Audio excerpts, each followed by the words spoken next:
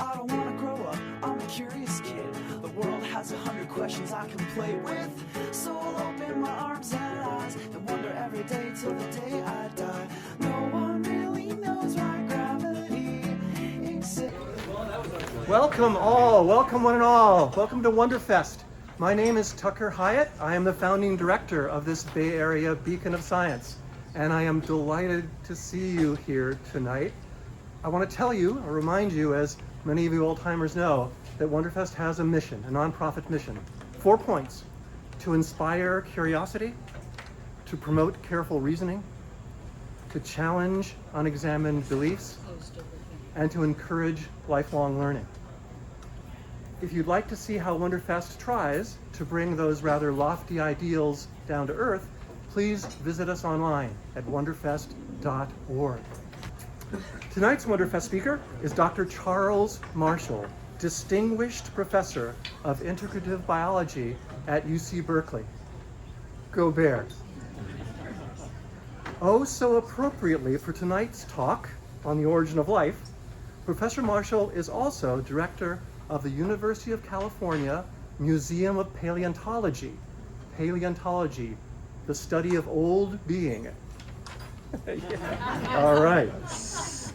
Before earning his PhD in evolutionary biology from the University of Chicago, Charles graduated with honors in 3 subjects from the Australian National University. Those 3 subjects: paleontology, mathematics, and zoology. This rich diversity of his research corresponds nicely then with his postdoctoral work in biology at Indiana University, his professorship in earth and space sciences at UCLA, his professorship in earth and planetary sciences and organismic and evolutionary biology at Harvard, and adjunct professorship at MIT in earth, atmospheric, and planetary science. The man has diverse skills, diverse knowledge. Dr. Marshall has won more honors than I can shake a stick at, and I am a rather accomplished stick shaker. His CV, a highlight of his CV for me, was dedicated to education and outreach, where I saw this list of talk titles he had given. Get this: on evolutionary innovation, on intelligent design. Intelligent design is idolatry. And can you still hear the Cambrian explosion? Cambrian. I think I can. Please welcome, to explore the origin of life, Dr. Charles Marshall. So thank you very much for the invitation, and thank you very much, I think, for the introduction. So I'm going to talk about a subject that is intrinsically difficult and interesting and controversial on the origin of life, and so I really encourage questions. The more questions, the richer it's going to be. So, how are we to understand the origin of life? And so I picked this cartoon as the beginning of it. When I was an undergraduate, this is my sense of how well we understood the origin of life. That is, not really at all. In fact, as an undergraduate, I made the claim that the creationist explanation for the origin of life and the scientific explanation for the origin of life were both equivalent to each other, because both were truly awful. We had no idea. Okay, so let's fast forward a number of years. So about 10 years ago at UC Berkeley, an astronomer, Elliot Quartet, and I decided to teach a course for non-major scientists called Origins from the Big Bang to the Emergence of Humans. And so it's absolutely fantastically good fun, but I was completely horrified by the fact that you can't teach a course like that and not teach about the origin of life. And I thought, oh my God, what the hell am I going to do? And so the first lecture was truly awful, and I'll explain what happened with the second lecture in a moment. So why is it a hard problem? One of it is because organisms are incredibly complex, especially when viewed from the bottom up, when you look at their molecular constituents. And so here's just a cartoon of a eukaryotic cell with all the different types of molecules and organization. There's a mitochondrion sitting in there, etc. There is a map of human metabolism. Right, so phenomenally complex. So how on earth do you explain the origin of something like that? The second one is we only have data for one origin. We don't have repeat experiments. So that also makes it very, very difficult. And it happened a very long time ago, in the order of 4 billion years ago. We really don't know when exactly, but roughly 4 billion years ago. And geologically, almost all the rock of that age has been completely destroyed.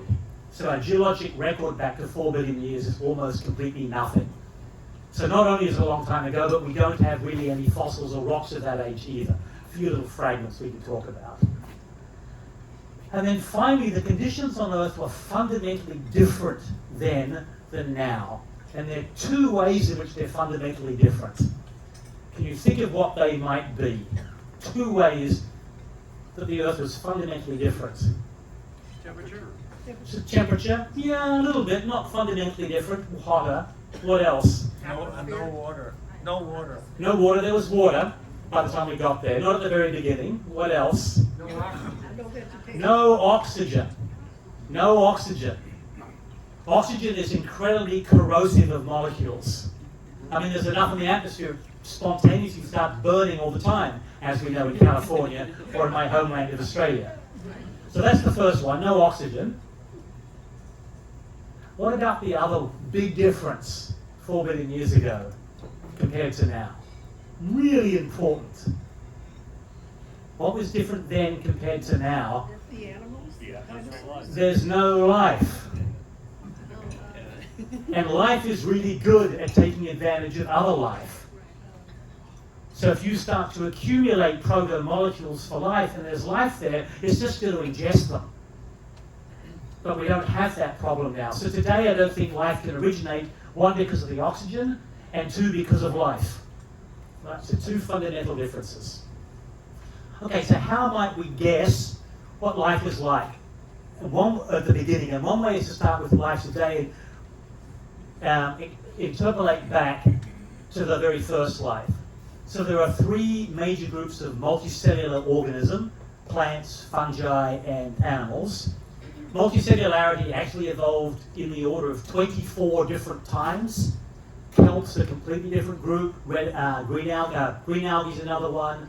Golden algae are another one. But these are the big three. And you can trace those three back to a last common ancestor that was unicellular. And so here's a picture of what that cell might have looked like. So the last common ancestor of plants, fungi, and us looks something like this. It's called a eukaryotic cell. The name's kind of irrelevant. The genome size is about 1 billion base pairs of DNA, 3 times 10 to the 9 in our case. And then if we go further back in the tree, we get to the archaea and the bacteria, which are single-celled also, though some of them are multi-celled, and much smaller. So our mitochondria that fuels our energy is just a purple bacterium that's got incorporated into our cells. So I'm going to take that purple dot there and blow it up to size, and that's what a typical bacterium looks like. And then I can trace back now to the last universal common ancestor of all life. We call it LUCA, last universal common ancestor of all life. And so the inference then is it probably looks something like that. So the inference was LUCA was a single prokaryotic cell. Its DNA content is about 1 million base pairs, 1,000th of our DNA content. And so here's a cross-section through E. coli. You can see it's incredibly complicated still. This is these beautiful drawings from David Goodsell. And here, the individual atoms are about the size of a grain of salt, if that was on a sheet of paper, 8.5 by 11. So it means that the atoms are basically resolvable just, to give you a sense of the size of things. So the inference was it's a single-cell prokaryote, but the first organisms were presumably much simpler than this. So how do we get to that level of complexity? And they may have been fundamentally different from LUCA, which is what I'm going to argue. that we need to do something different than just working with the biology of living species. And here's an important fact that I'm going to come back to, which is crucial to the argument I'm going to make. The cell walls and the cell membranes of archaea and bacteria are made from different molecules, which is kind of bizarre.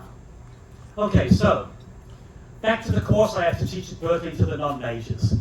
What am I going to do for the origin of life? And so my first job was at UCLA, and I taught with Cliff Brunk, who's a molecular biologist, and we taught a course on genome evolution. And I emailed Cliff and said, has anything happened in the study of the origin of life since I left UCLA in 1999? And he went apoplectic on me. Has anything happened? And he sent me a 170 slide deck of the advances that have occurred. And my sense is that we now actually have a coherent framework for understanding the origin of life, which we didn't have at the time I taught with Cliff at UCLA. And so what I want to do is give you a sense of what that framework looks like and why I think it's relatively compelling. Okay, so before we get to the origin of life on Earth, we have to explore just for a moment the possibility that the reason why it's so hard to explain the origin of life on Earth is because life didn't originate here. And some people propose that maybe it originated elsewhere in the universe and was transported to the Earth. And so part of the motivation is it's been so hard to explain the origin of life on Earth because we can't. I don't think that helps very much. It's going to be even harder to explain it to a place we have almost no data from. But assuming that it did originate elsewhere, how might it have gotten here? And so I think this is really quite fantastic. How many of you know about the meteorites from Mars? Right, so we have roughly, this is I think 2020, 277 meteorites that come from the Martian surface that have landed on Earth. And the NASA expedition shows the elemental and isotopic compositions match perfectly.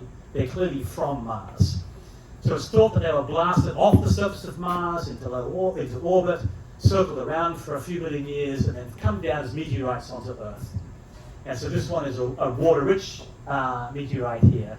The outer surface is only baked a little bit when they come to the surface of the planet. So if you had some sort of cyst or resting stage of some organism just in the subsurface, maybe you could get it here.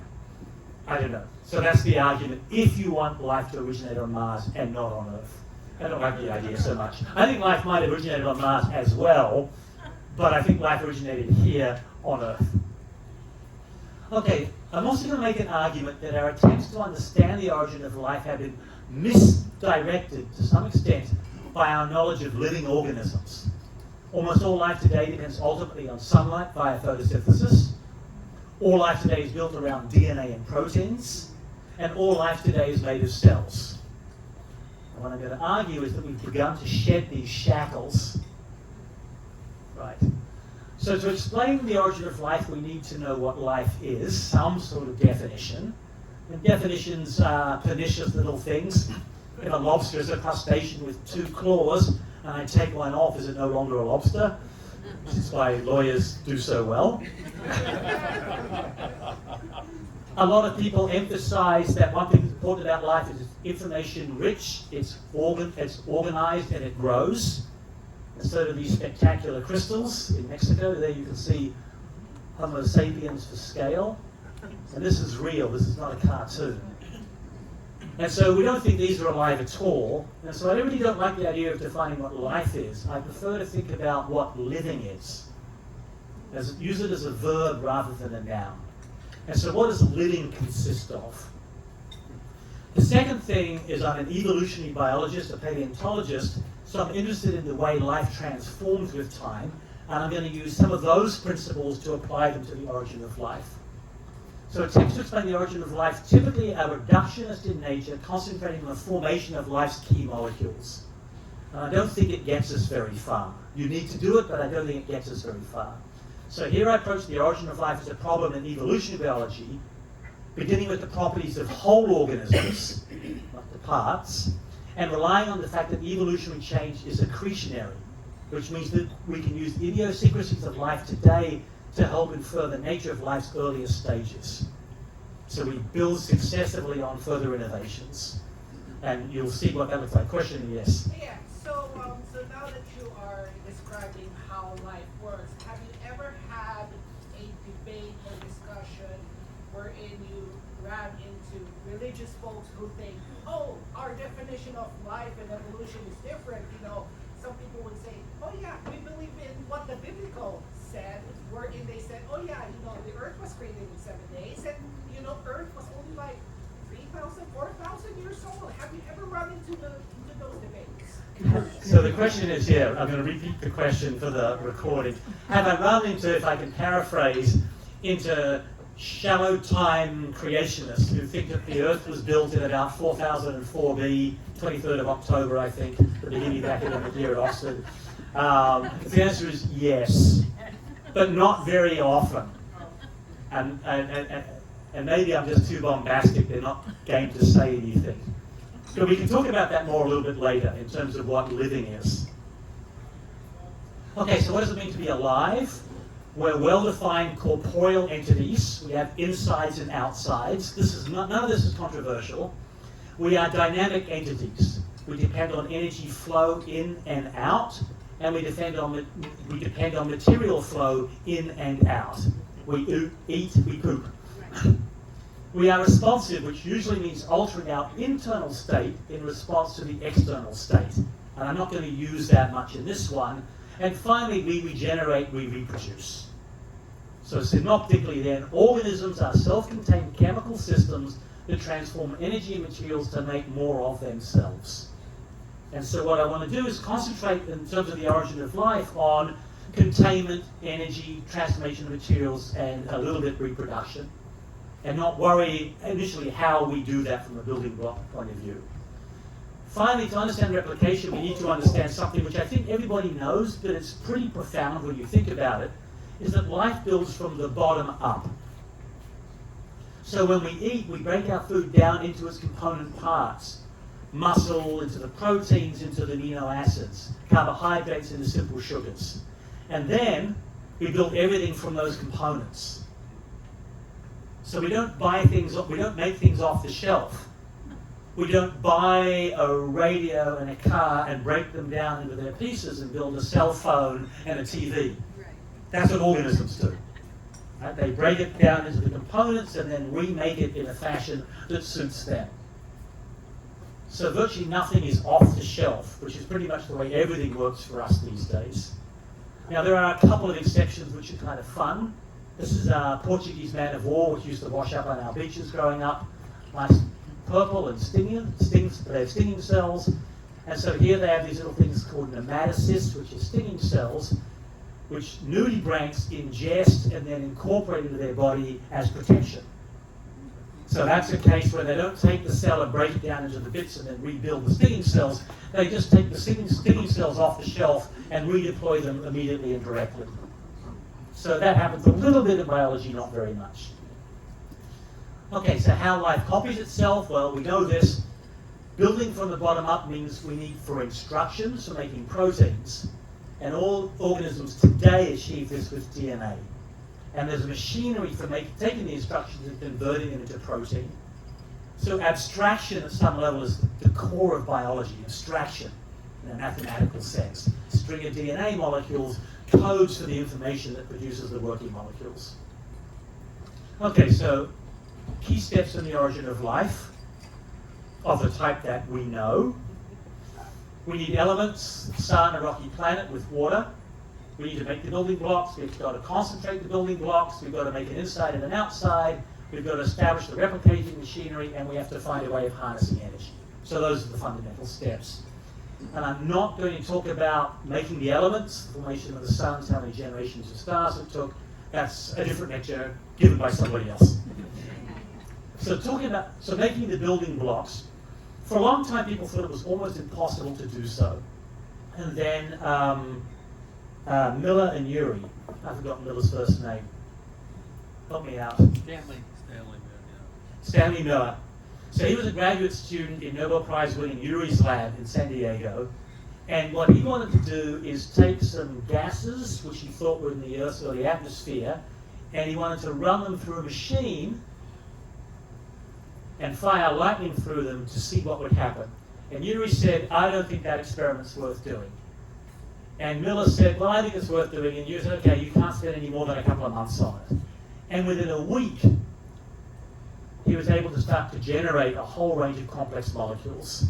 So Stanley's graduate students, as I say, you know, if a senior professor says something that sounds impossible and crazy, listen to them, they might be right.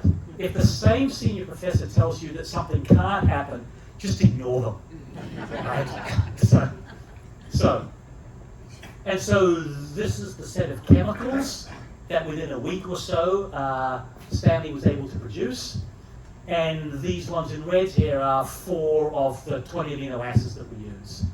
Turns out it's really, really easy to make simple building blocks. So we now believe the composition of the Earth's atmosphere was not that used by Urey and Miller. Lightning is extremely violent and sporadic, and how do you concentrate building blocks in the atmosphere? So no one thinks that life originates in the atmosphere thanks to lightning, but it proves that you can make molecules.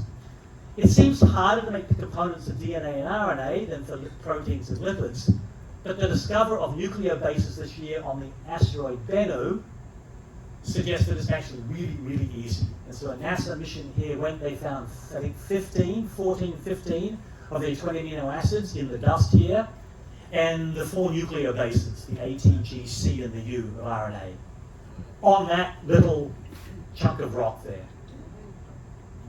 in cold space. So it looks like it's actually really easy to form the building blocks of life, which is not what people had anticipated. The Murchison meteorite also has most of those materials in it. So the key point here is when energy flows through a system, thermodynamics predicts that there will be increased order, that is organization and complexity. And everybody gets taught the second law wrong, backwards, it's not wrong, that everything runs to disorder. Well, it does if you put a box around everything, but if you put a box around a little bit of something like planet Earth, this is what happens. Energy flows through, you get organization and complexity. Another way of saying that is that driven systems explore the improbable. They explore the improbable. That's what thermodynamics says. That's what life does. Okay.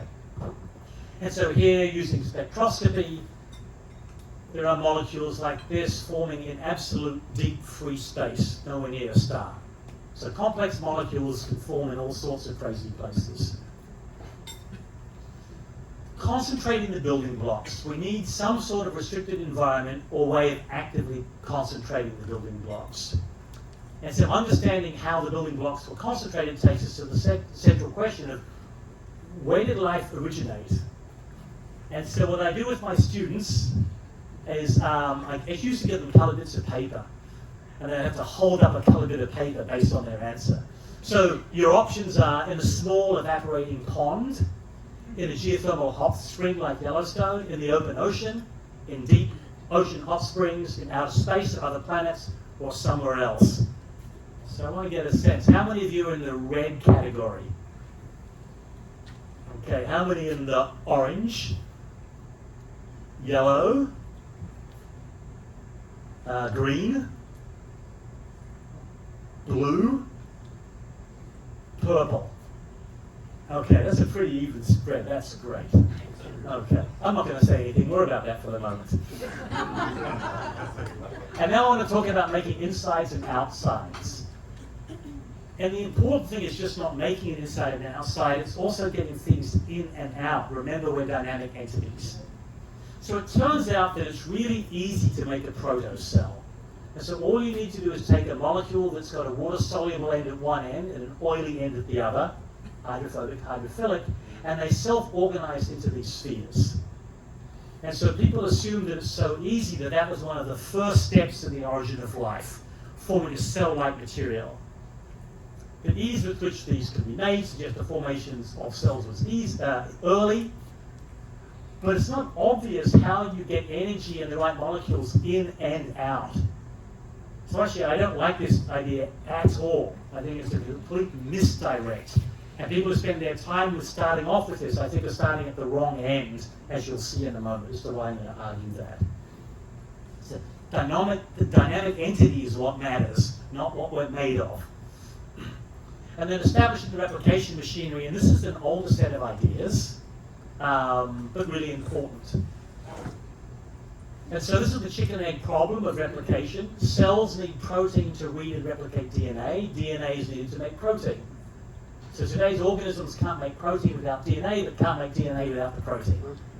So how do you get it started?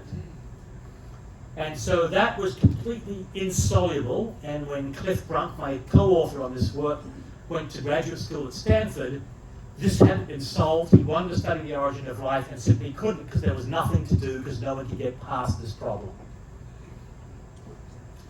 And then this changed with the discovery of ribozymes, RNAs that can do chemistry.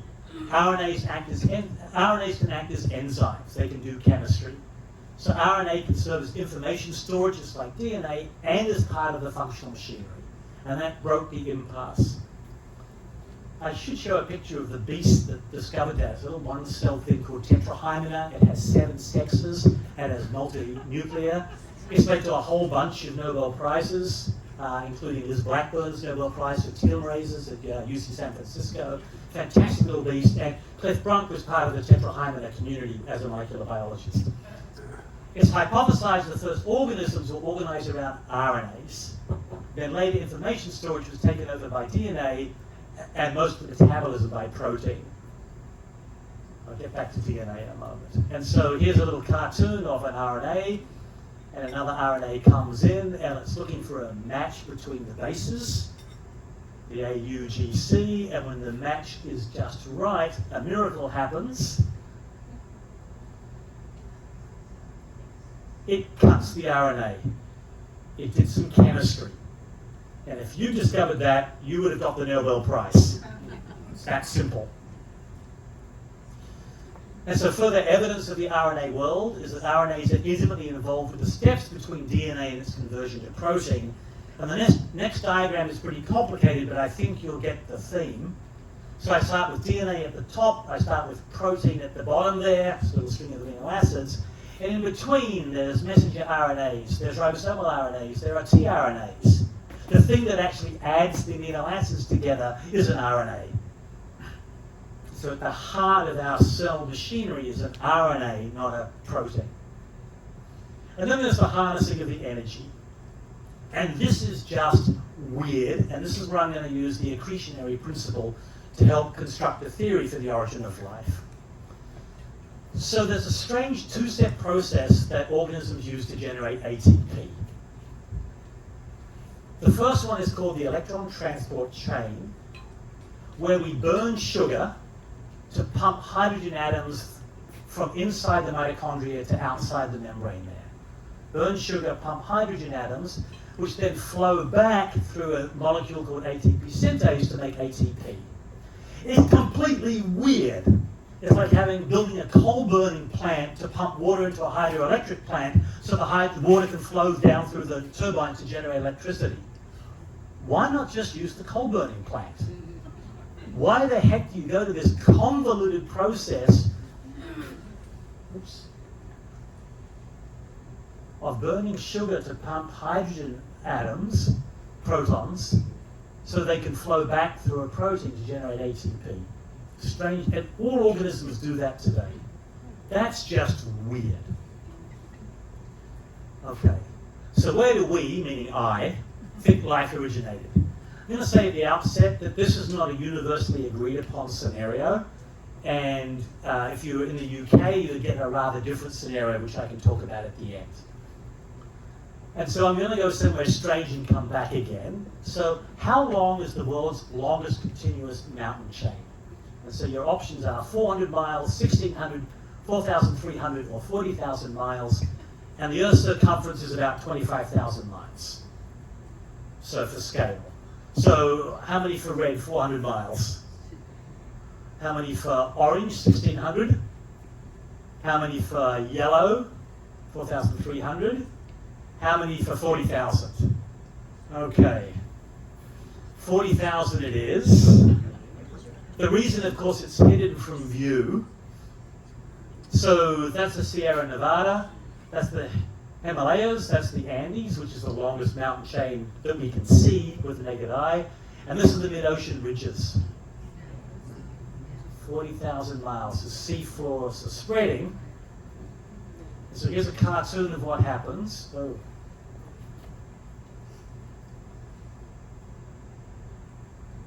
You can't run a computer unless you stick your tongue out.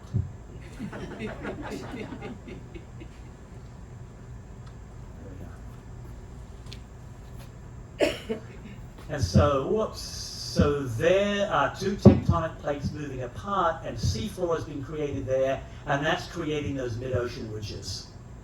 40,000 miles of it around the Earth, incredible. And at that place, we now have, let's see if that's going to work.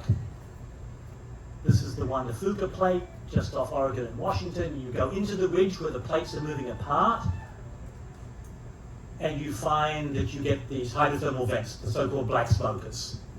And people thought, aha, maybe this is where life originated. Turns out it's really, really hot, like 300 degrees Celsius, and really, really toxic and acidic, so people have given up on the idea. But what we found around those smokers, the royal we, I wasn't there, is a whole bunch of life. In fact, when they first went, there were no biologists on the cruises, because they didn't expect there to be any biology there. And then what they discovered, let's see if I can get it, jump ahead a little bit. Oh, I see. Replete with life. Pitch black. And so it caused a revolution where people understand that you didn't need sunlight to drive life, you just needed a chemical gradient.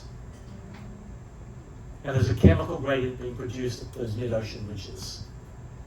So here's a cartoon there, where you have hot magma from below, the seafloor is spreading, and then you get the so-called black smoke, fueled in part by seawater that comes through cracks in the crust. And there's a picture of them there. And then finally, someone took one of the submersibles a little bit off the mid-ocean ridge and discovered something called Lost City, named after Atlantis, the so-called alkaline hydrothermal vents. And I call them the white non-smokers because they're white and they don't smoke, which is kind of weird. But, you know, and so there they are there, and this is what they look like. And there's the hot water bubbling up through it.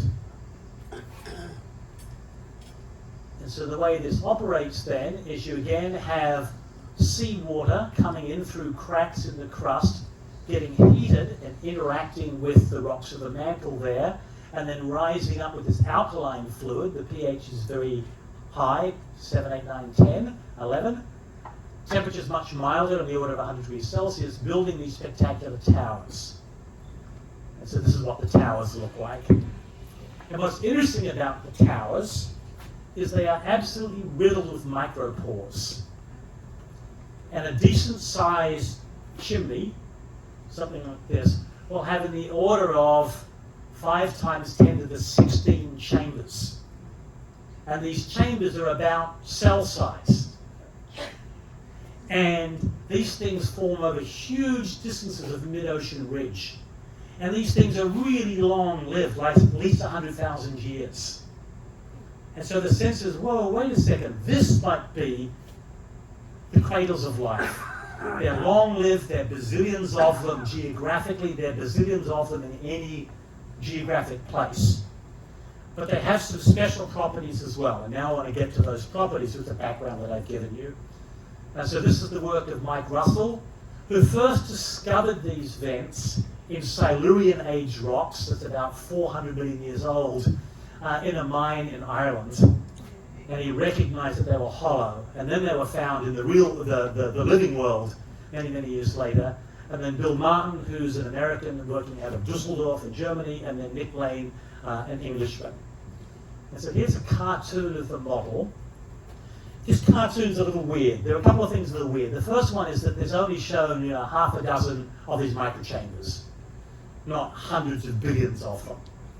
The second one, which is weird, is this is the sediment floor, this is the crust, this is the ocean. This is going up into the water column, so this is the chimneys. But the way the diagram is drawn, this is also early in time going to later in time. Is the way the cartoon works. And so what's interesting is that the seawater interacting with the hot rock produces lots of hydrogen gas. And hydrogen gas is one of the best electron donors, which is what drives life. And then there's lots of CO2 in the water. Now, there's a process called carbon fixation, taking CO2 and converting it into sugar.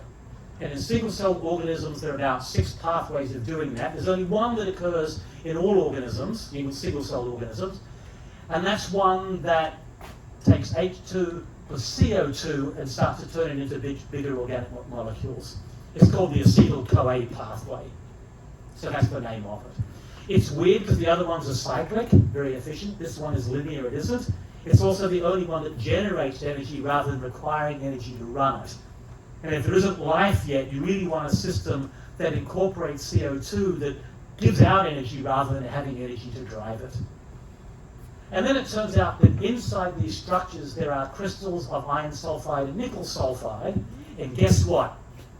The proteins today that run the acetyl-CoA pathway, H2 plus CO2 makes larger carbon molecules, have in their core iron sulfide and nickel sulfide complexes. So you can run the acetyl-CoA pathway abiotically in these chambers. And it looks like the accretionary nature of life. We've still got H2 plus CO2, and we still have in the core of the proteins that run it these complexes of metals and sulfur. So that's where the accretionary nature says, I think I'm onto something now. Because here, abiotically, I'm creating the most universal way that life today uses to generate bigger organic molecules. There's a steady flow of energy and raw materials. The micropore walls provide the initial delineation of inside and outside. I don't need a cell membrane or a cell wall. And the micropores enable high concentrations of biomolecules, and they're really tiny, so you don't need very much, as opposed to filling up an atmosphere and ocean full of these things, which is really, really nice.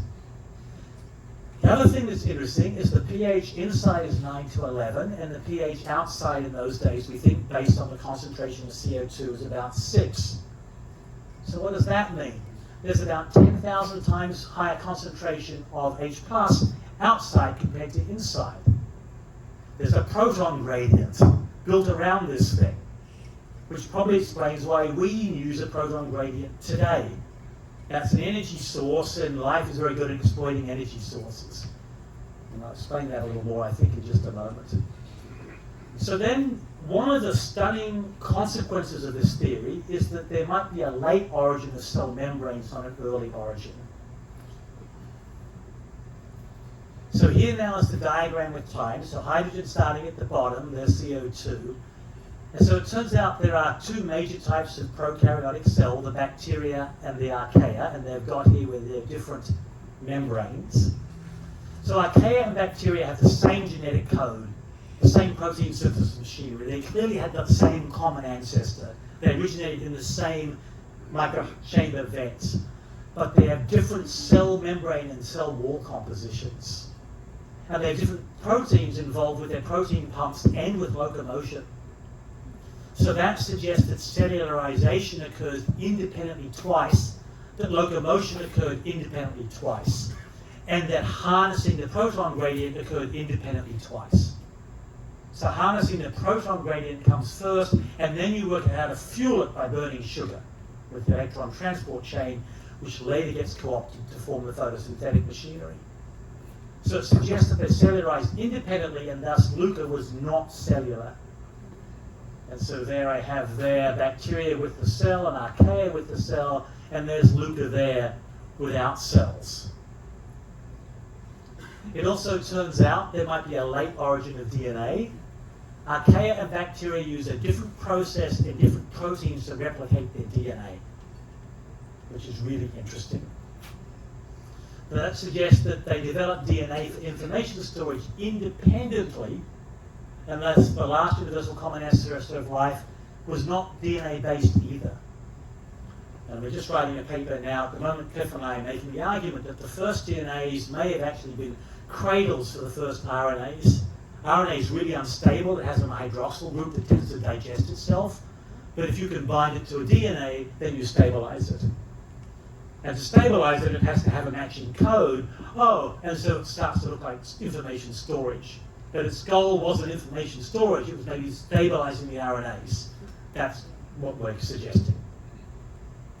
Thus, the two defining features of life, all life today, cells and DNA, seems to be unlikely it was present in first life, which is pretty wild if true.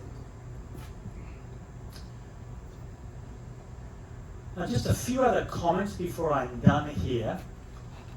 The typical depiction of the tree of life suggests simple lineages, and so there we have animals there, fungi there, and plants there.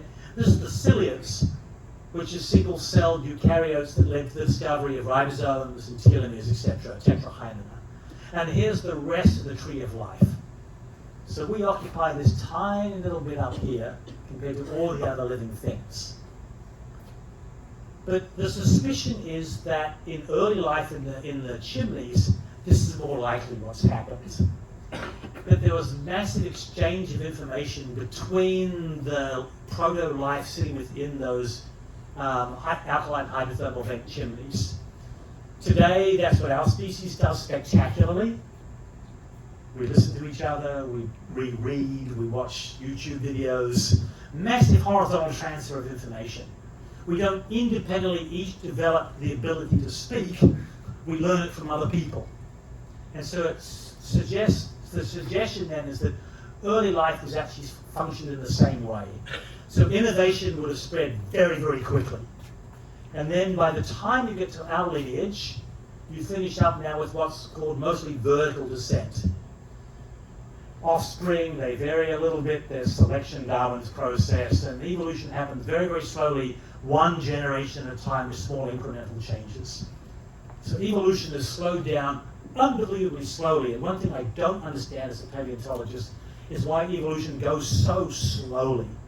The average species lasts in the order of a couple of million years. It means like 2 million generations of doing the same thing over and over and over and over and over and over again. Why is it so slow? But I think now with our species and at the origin of life, it was super, super fast. So then sort of to sum, if the alkaline hydrothermal vent hypothesis is correct, and it or bits of it might not be, it implies the last universal common ancestor was not cellular, but cradled inside the micropores. The cell membranes and DNA were among the last major features of life to evolve, and that life evolved in the pitch black. As you get these things where light penetrates, it doesn't have to be in the black, but sunlight was probably unimportant. And that life arose as a consequence of tectonics, the interaction between warm rock and seawater, which suggests to me that if you don't have some sort of active tectonics, you're not going to evolve life because you need an energy flux. But almost any rocky planet has tectonics. Mars looked like it had tectonics for about 1 billion years, but it's small enough that it cooled fast enough that it froze effectively and it stopped. It's got a few big volcanoes, it's got some mid-ocean ridges, it's got thickened crust. It looked like it had active tectonics, and then it died. So you need to have hot rock. But even today, we depend on CO2 for living. So if you turned off tectonics, turned off the volcanoes, it turns out it would take about 10,000 years for CO2 plus water goes to carbonic acid interacts with rock, limestone, and becomes rock. So in 10,000 years, you would scrub all the CO2 out of the atmosphere. And then it would take about 300,000 years to degas the oceans. And then there's no more CO2, so there's no more life as we know it today. So the only reason why we're here today is because geologic processes are generating CO2 steadily, and has been doing so for the last 4 billion years.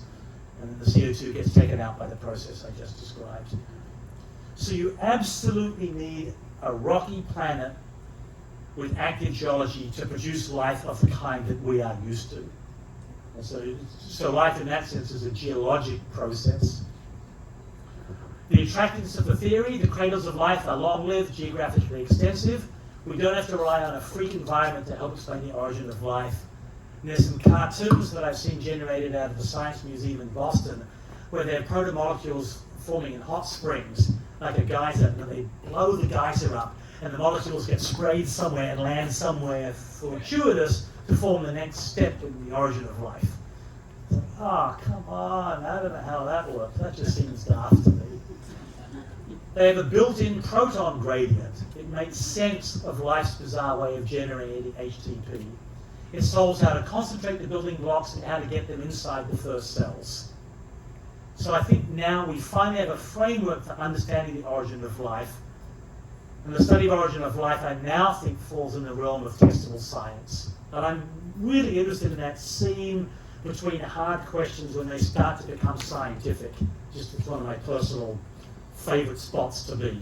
Sort of my comfort zones is the discomfort of trying to make something scientific.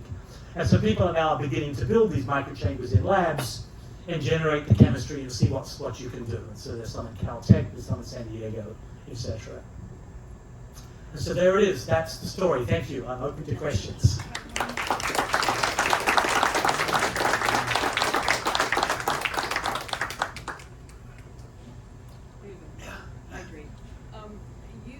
You mentioned something about Silurian rock in Ireland.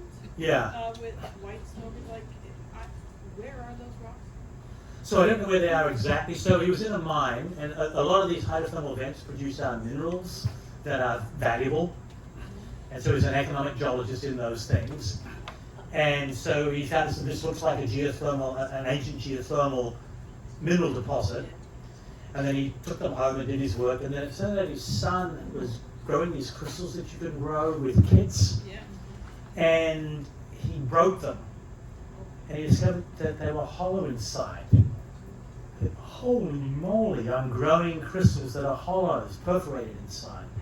And that's what led Mike Russell to start to develop the theory of the colder seep vents as producing these microchambers where life might have originated. So you don't know where they are? I could look it up. I think it was Galway, but I would just, if you look up Mike Russell geothermal vent, you'll find it very quickly on the web. Sorry, I just wanted to add one just little thing on that. We found the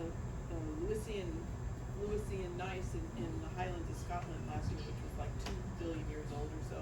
And but I'd love to go to the Jack Hills. And aren't there some super old rocks there? Yeah, the oldest. So the Jack Hills are in Western Australia, and the oldest rocks we have are from Greenland, and they're smushed to hell.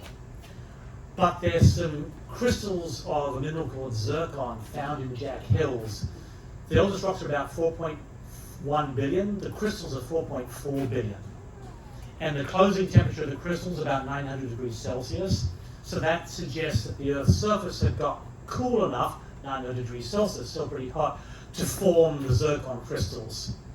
And the fact that they're now isolated suggests that they form part of a rock that then eroded away, which suggests that there's water, which means we have geologic processes. And so that's the importance of the Jack Hills site in Western Australia. Yeah. There, and You then asked us about the origins of life, and you gave us the different colored horizontal bars. The ones could be somewhere else under. Oh, yeah. Yes. Which one did you vote for? So I voted for, I don't remember what the options were now. I voted for the correct one. I didn't say that. And that's after years. Oh, you just passed it. Oh.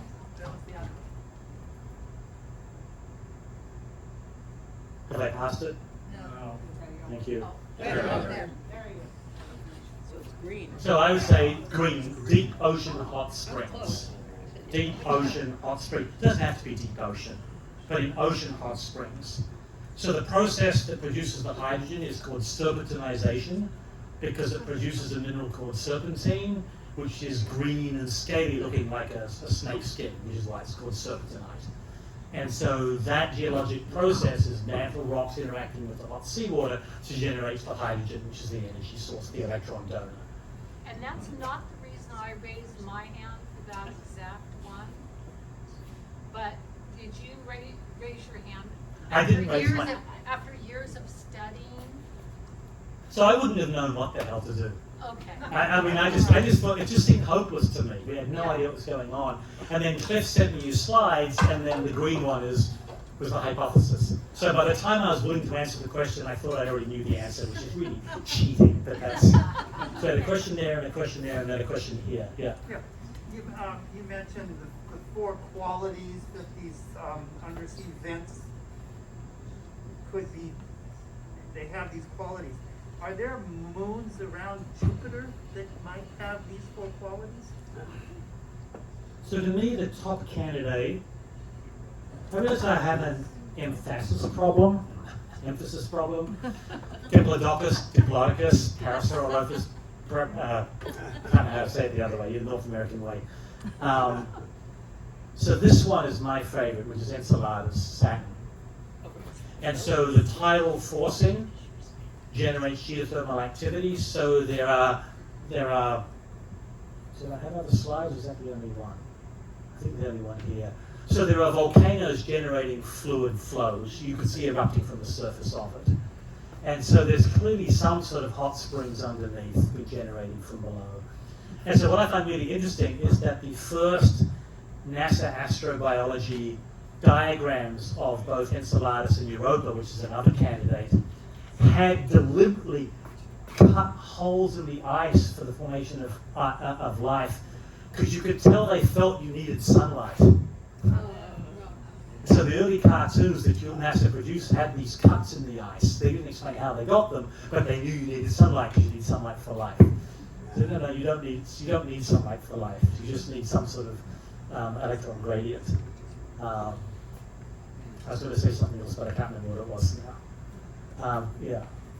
So those formations that have the moraines with like the big pH gradient, is there like, I know they're going to replicate them in the lab, right? So yes, people. But can they just take one and look at it and see if there's some remnants of? Yeah, so that's the question I always get. That's a good question. So the question is, so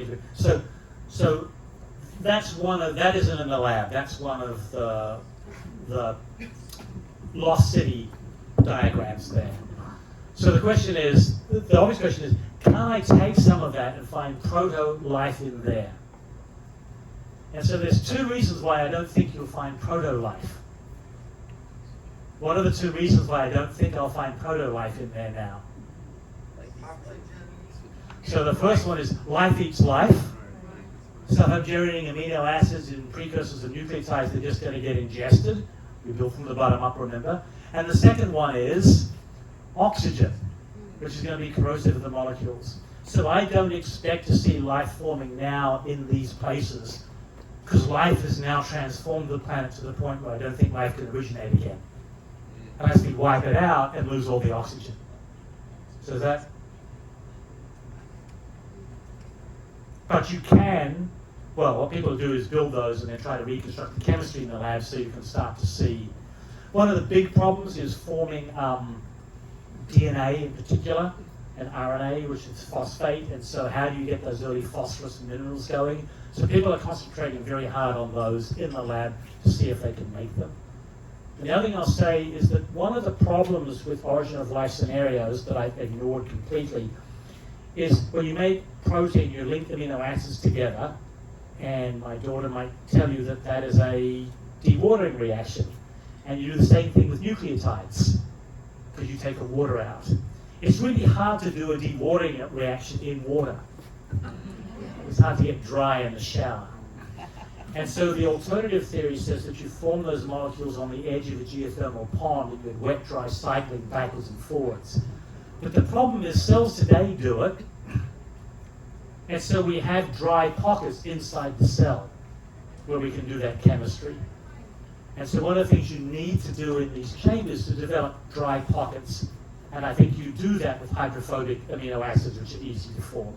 So that's probably too much chemistry, but that's one of the issues that needs to be dealt with. Okay, there's a question, yeah.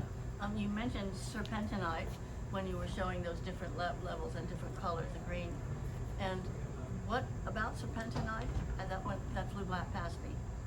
So, I I didn't bring it with me, unfortunately. So mantle rock, one of the primary minerals of mantle is called olivine. And so you interact olivine that's warm, because it's mantle rock, with seawater, and what you do is you convert it into serpentinite and H2. And the H2 then is the fuel for this process. My geology teacher said that serpentinite is like snot on a doorknob.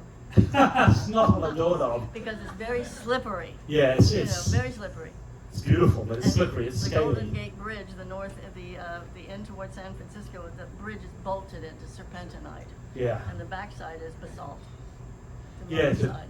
pillow basalts from the seafloor, yeah, it's spectacular. Wow, very good. So he was talking about this. There and then there, yeah. Yeah, so at what depth are those microboard chimneys located? In the Atlantic Ocean, that one, and the Pacific Ocean on the at what depths? So I don't know, the abyssal depth is what? Help me out, 4,000 meters roughly? Does it sound about right? Below sea level?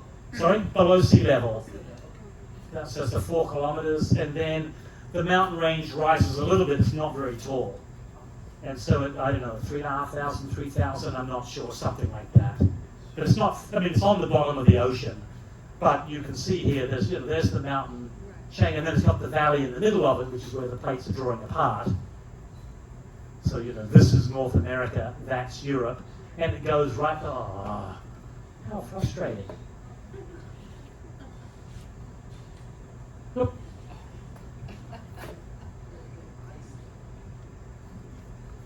And there's Iceland, and it goes right through Iceland. So part of Iceland belongs to North America, part of it belongs to Europe, and they're pulling apart. And you can walk in that mid-ocean ridge, except it's above land, not far from Reykjavik, which we've done, which is kind of cool. So we had there, yeah. So mitochondria come from the engulfing event, and so do chloroplasts. How do you go from your structures there to that event? Yeah, so the question is basically a eukaryotic cell, our cells have in them often hundreds of mitochondria, and those mitochondria are actually purple bacteria related to E. coli that were engulfed. So how do you go from that process? And so there are different theories as to the way that operates. The one of the textbooks I don't like so much, which is to have a bigger growing eukaryotic cell with a growing nucleus and an increase in the size of the genome size. And that's nice, but where the heck does the energy come from? Well, it comes from the mitochondria that aren't there yet. Uh-oh. So I think what happens is you have a purple bacterium and an archaebacterium, an Asgardian, Jill Banfield's found one of those at Berkeley, and they formed a partnership where the waste of one is the food for the other. And then eventually that archaean starts to engulf the purple bacteria. But this probably occurred, if the origin of life is, say, roughly 4 billion, 4.2, 3.8, I don't know, roughly 4 billion, the origin of the eukaryotic cell is at about 2.5 billion. So 1.5 billion years later. So way. And the question is, why did it take so long, and why did it only occur once? And those are super hard questions we don't know the answer for. And then you've got to wait another 2 billion years before you get complex animals. And then you've got to wait another 500 million years before you get us. Evolution is unbelievably slow. Oh, does that, maybe I didn't answer the question, but I ducked it appropriately. So there and there, yeah. So have people done sort of Miller-Urey experiments that are simulating these early conditions that you're describing, 4 million years ago with the molecules and the vents? And how far do they get in the lab? What molecules come out of it? And how does that compare to what David Deemer gets with these wet-dry cycle experiments in his lab? Yeah, so that's an interesting issue. So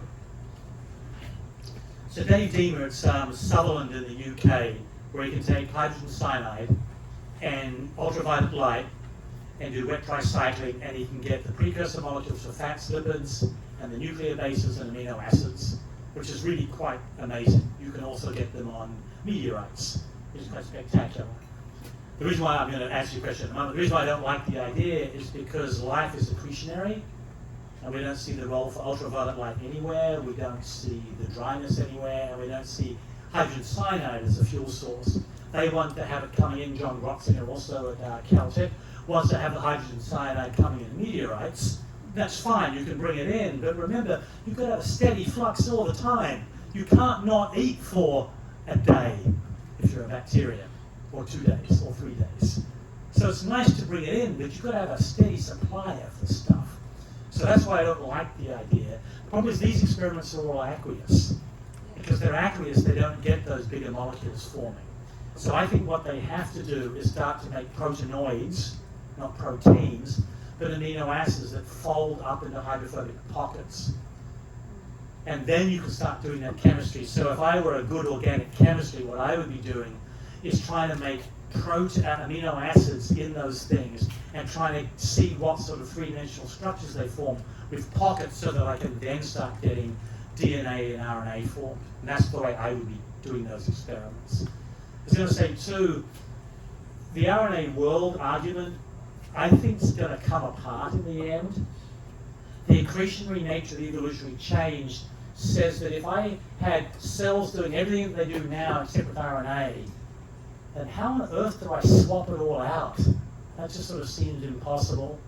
So RNA was clearly important early on, but I think protein was too.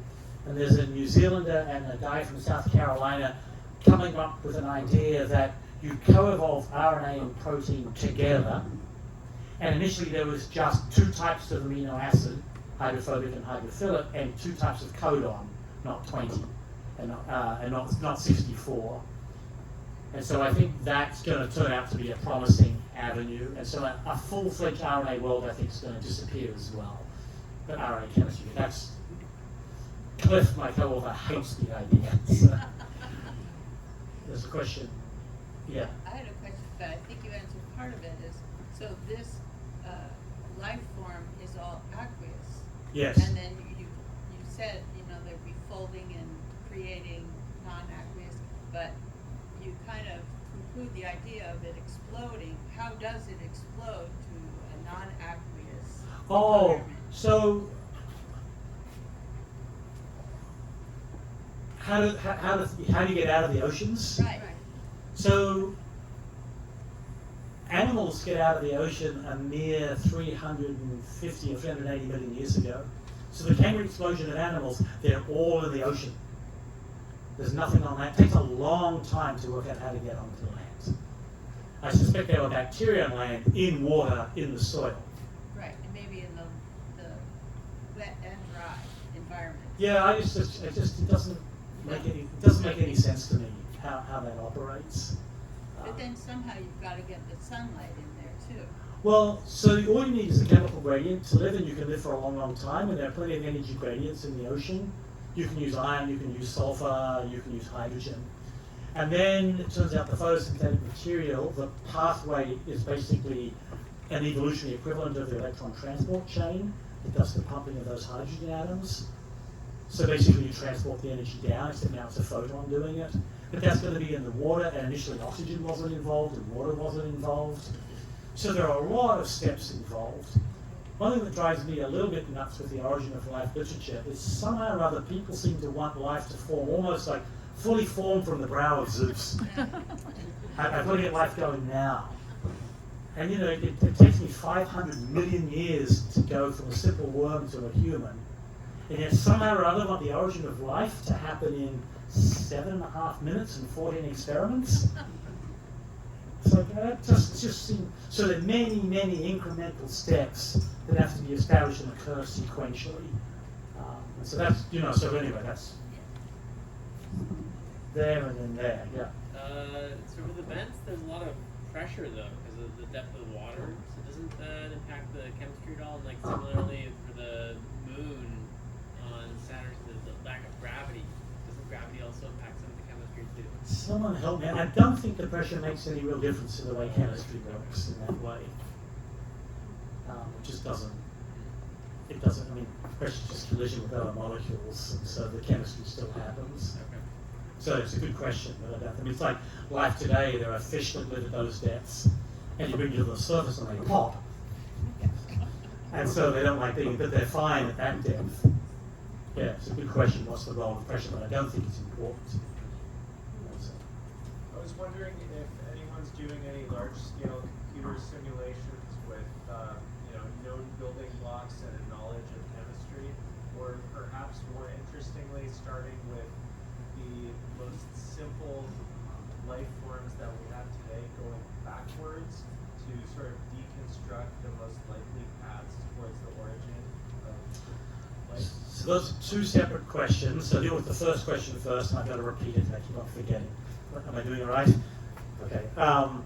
But yeah, people sort of doing computer simulations sort of to work out how to do this.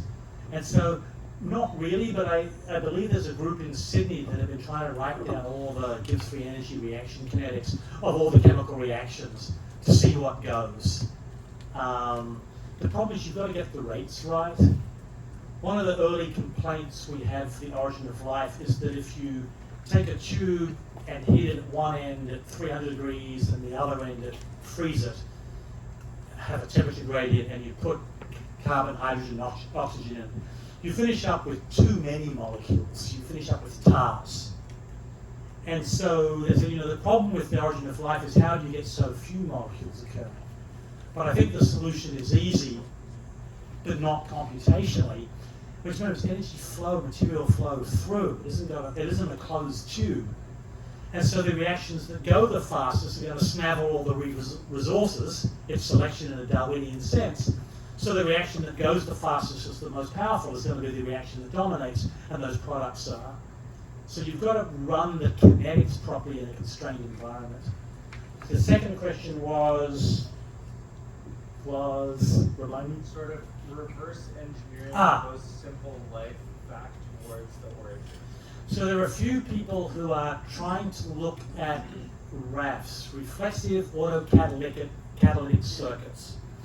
To ask the question, if I take modern metabolism today, are there a set of molecules where there's some foodstuffs coming in and they're capable of making them their own selves? And what does that simplest one look like? And so there's a mathematician in New Zealand called Mike Steele, and then Stuart Kaufman of Santa Fe Institute fame, and there's another Pole, I think, who've been doing that and getting quite nice results of fairly short metabolic circuits that work fairly well.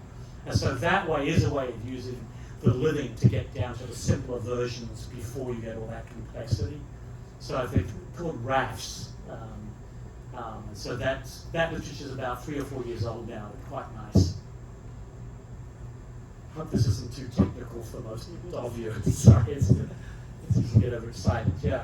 Hi, Charles. Great talk.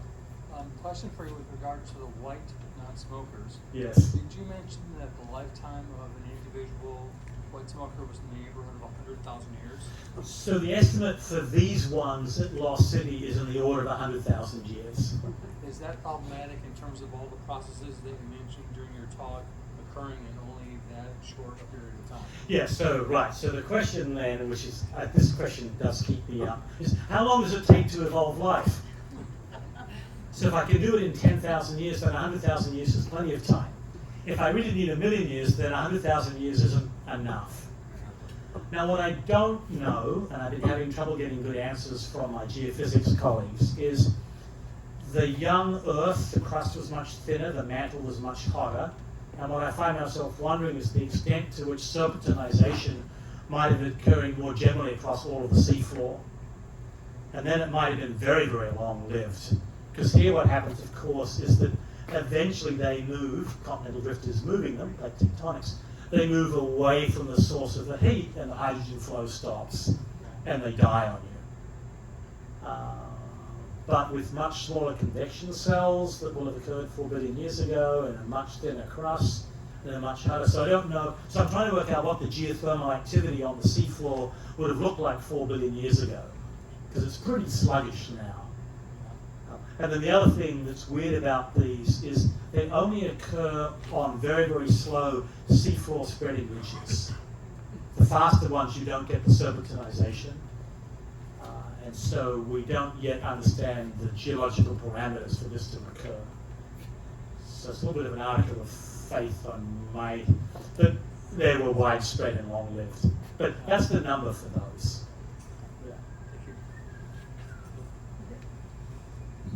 Yeah, thank you. Are you excited by the prospect of a robotic biochemistry lab going to Saturn and flying through the plumes, doing a sampling of the plumes Yeah. from Enceladus or even Enceladus? Yeah.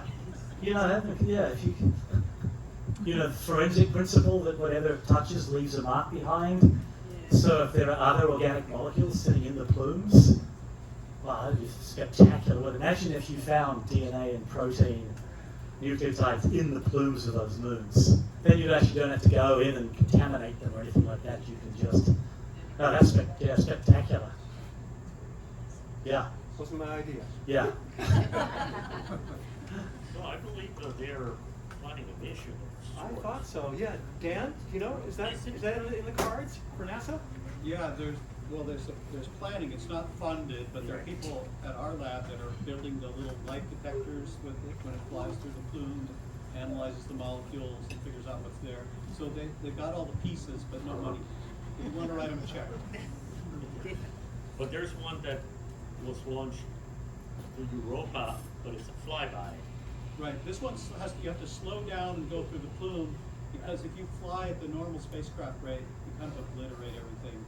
So but they've got a mission plan that goes through the plume at like 200 kilometers. It's really slow enough so that it doesn't destroy everything it hits. And it's being pitched to NASA, but it's not on the. It depends on the politicians. But it's conceivable it could happen in 10 years? Yeah. Oh, wow. I think it's ready. Like, they have all the instrumentation built. I've seen some of the stuff. Wow. The camera didn't pick that up, but that's. You got a wow out of you. That's good. Yeah. And I want to add a wow, especially for you being here. Thank you for these fantastic questions. Please give a round of applause for yourself and most of all for our speaker.